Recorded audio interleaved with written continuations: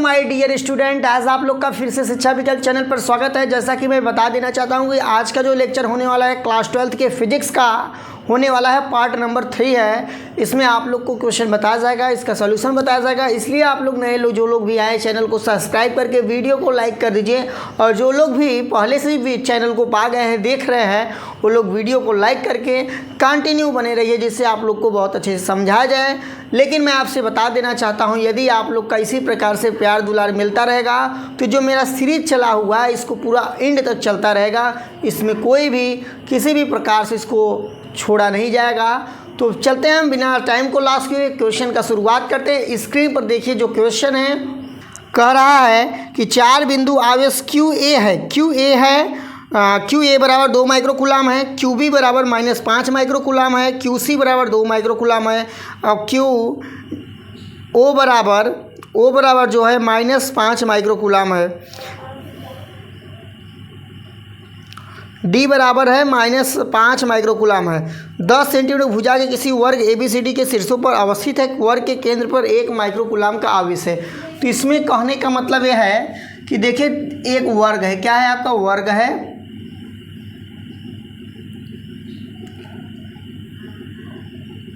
देखिए यहाँ पर दिया, इसका मान लिए नाम है A है, इसका नाम है B है, इसका नाम C है, यहाँ इसका नाम D है। तो यहाँ पर A का जो दिया है 2 माइक्रोकूलाम का आवेश दिया है, 2 माइक्रोकूलाम का दिया है। डी बी पर दिया है -5 माइक्रोकूलाम का आवेश दिया है, और C पर दिया है आपका, इसका नाम तो C है ना, C कर देते हैं। C पर जो दिया है आपका +2 माइक्रोकूलाम का आवेश दिया है। उसके बाद D पर आप लोग का दिया है -5 माइक्रोकूलाम। इस प्रकार से दिया गया है, और इसको ऐसे कैसे मिला दिया गया है। यहाँ एक बिंदु O है जिसका आवेश दिया गया है आपका 0.1 माइक्रोकूलाम दिया गया है।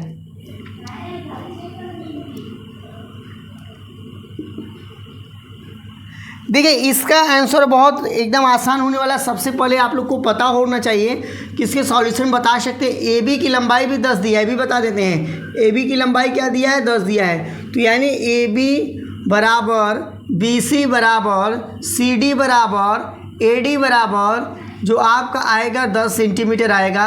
यानी यहाँ से लेकर यहाँ तक की दूरी क्या है, सेम है। उसके बाद थोड़ा चेक कर लेते हैं कि यहाँ से लेकर यहाँ तक की दूरी क्या होगा। पहले यहाँ से देखिए, कह सकते हैं ए सी बराबर क्या होगा, ए सी की दूरी क्या होगा, देखिए ए और सी का दूरी, यानी ये पाइथागोरस प्रमेय इस पर लग जाएगा। पाइथागोरस प्रमेय एक होता है जिसको ऐसे भुजा को ज्ञात करने के लिए लगाया जाता है। जैसे इसको कहते हैं लंब स्क्वायर, मैं बता देता हूँ। कर्ण स्क्वायर बराबर होता है, यहाँ पर लिख देता हूँ, कर्ण स्क्वायर बराबर होता है लंब स्क्वायर प्लस आधार स्क्वायर होता है। फार्मूला है, मैथ के बच्चे इसको जानते होंगे। और उसके बाद देखिए यहाँ से यदि कर्ण का वैल्यू निकाला जाएगा तो यहाँ पर स्क्वायर का सिंबल इधर जाएगा, तो यहाँ पर कर्डी हो जाएगा। कर्डी में लंब का स्क्वायर प्लस आधार का स्क्वायर हो जाएगा। अब देखिए यहाँ पर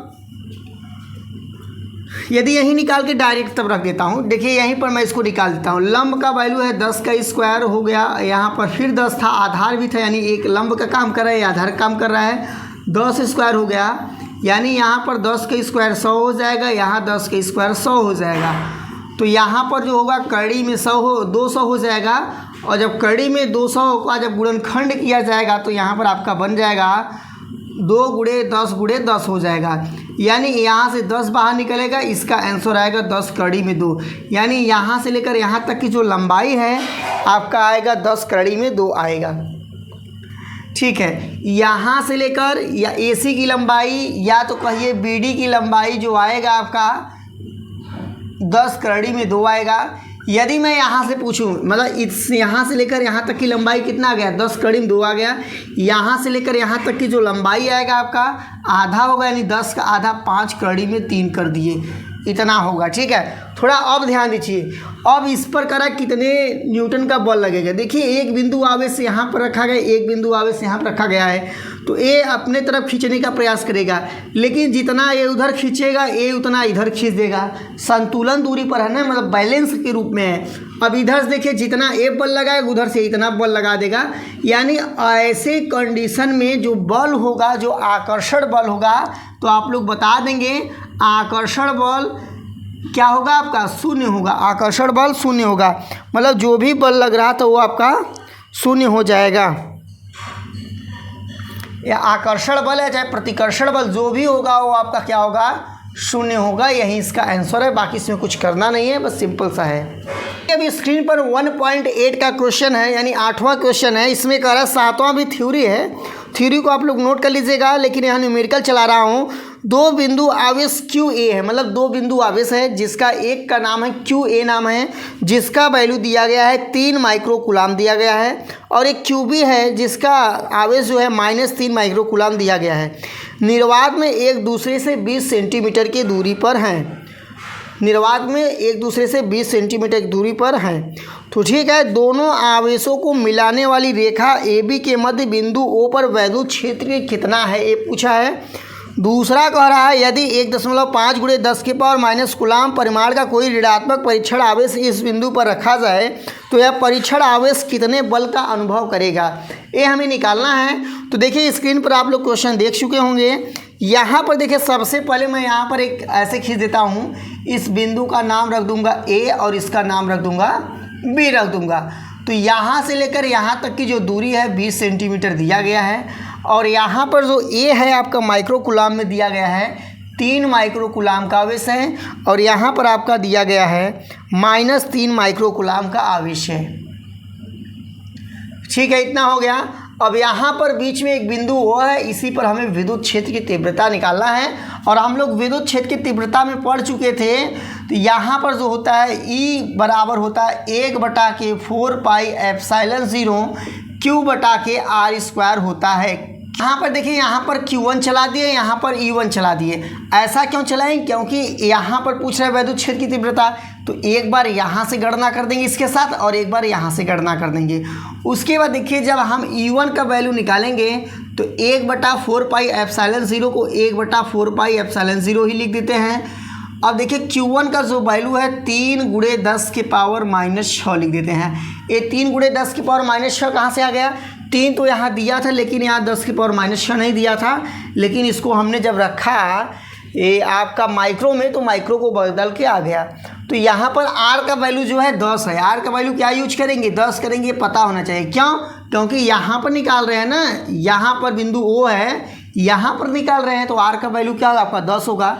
तो यहाँ पर लेकिन सेंटीमीटर में है, अब इसको बदलना पड़ेगा, मीटर में बदलना पड़ेगा। तो यहाँ पर 10 को यदि मैं बदलूँगा मीटर में तो 100 से भाग दे दूँ, और जब 100 से भाग देंगे तो यहाँ पर होगा 10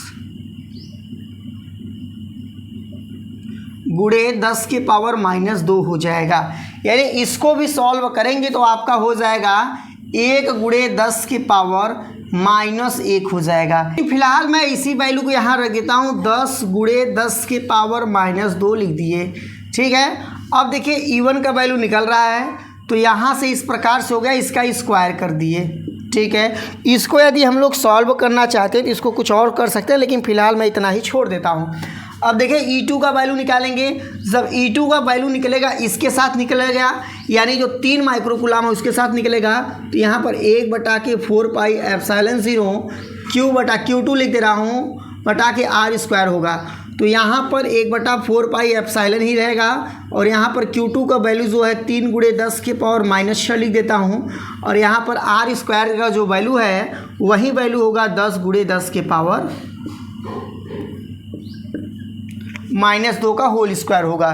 तो यहाँ पर देखिए अब इसको हम लोग जोड़ेंगे, E बराबर होगा E1 प्लस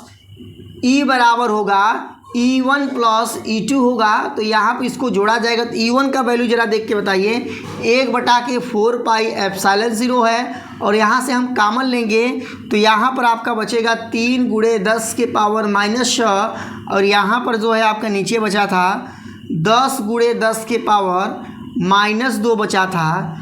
तो यहाँ पर इस प्रकार से इसको लिख दिए।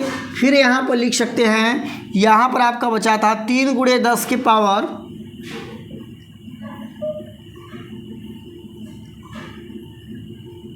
10 × 10 की पावर माइनस, इस प्रकार से इसको लिख सकते हैं। यहाँ पर आप लोग देखिए तो यहाँ पर सेम वैल्यू मैच हो रहा है, यानी सब कुछ कॉमन ले सकते हैं। जिस प्रकार से 1/4πε0 लिए थे उसी प्रकार से इसको भी कॉमन ले सकते हैं, इसको भी कॉमन ले सकते हैं। तो यहाँ पर जब 1/4πε0 तो पहले से कॉमन ले लेते हैं, इसको लेंगे तो 3 × 10 की पावर -6 होगा। यहाँ पर 10 × 10 की पावर -2 का होल स्क्वायर होगा। यहाँ पर आपका 2 बचेगा। क्या बचेगा? 2 बचेगा। 2 कैसे बचेगा? देखिए यहाँ से एक कॉमन लिए, यहाँ से जब निकलता है कॉमन तो यहाँ 1 बचेगा, यहाँ 1 बचेगा, तो 1 कितना हो जाएगा? 2 हो जाएगा। अब इसका वैल्यू होता है 9 × 10 की पावर 9 होता है, ऊपर 3 × 10 की पावर -6 है और फिर उसके बाद 2 है। नीचे देखिए तो 10 का गुणा किया जाएगा तो 10 में तो आपका हो जाएगा,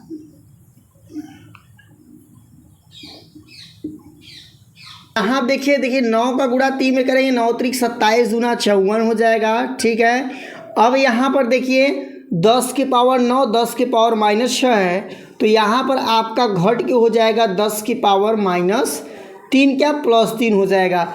अब नीचे देखिए क्या बचा है, 10 की पावर यहाँ 2 होगा और यहाँ पर 10 की पावर -2 होगा, यानी यहाँ पर जो होगा आपका 10 की पावर -2 बचेगा।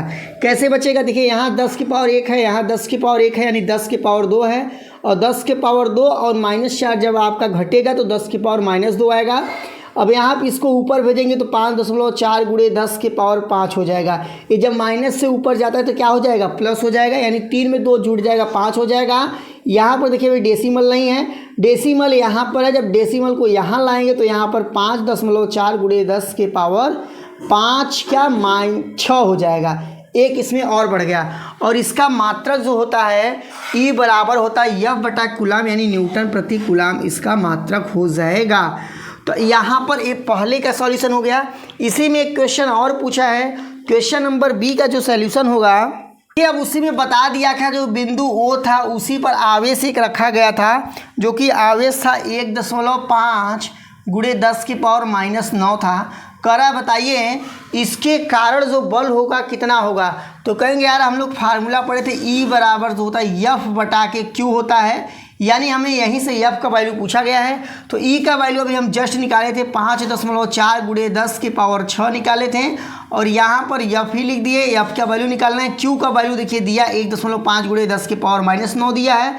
अब इसको हम लोग यहाँ ले जाएंगे तो 5.4 × 10 की पावर 6 होगा, और यहाँ क्रॉस गुणा करा देंगे तो 1.5 × 10 की पावर -9 बराबर F हो जाएगा, यानी इसका गुणा इसमें करा दिए। तो यहाँ गुणा जब 5.4 का गुणा 1.4 में कराया जाएगा तो आपका आंसर आएगा 15 चौका आपका 60 हो गया, 0 6 आया, 15 × 5 = 75, 6 81, यानी दशमलव यहाँ लगेगा, और यहाँ पर जो है 10 के पावर -3 न्यूटन आ जाएगा। यानी कहने के लिए कह सकते हैं 8.1 × 10 के पावर -3 न्यूटन का बल लगेगा। इस प्रकार से कंप्लीट हो जाता है। लेकिन आपसे रिक्वेस्ट है कि यदि चैनल पर नए आए हैं तो चैनल को सब्सक्राइब करके, वीडियो को लाइक करके अपने मित्रों के साथ शेयर अवश्य करिएगा।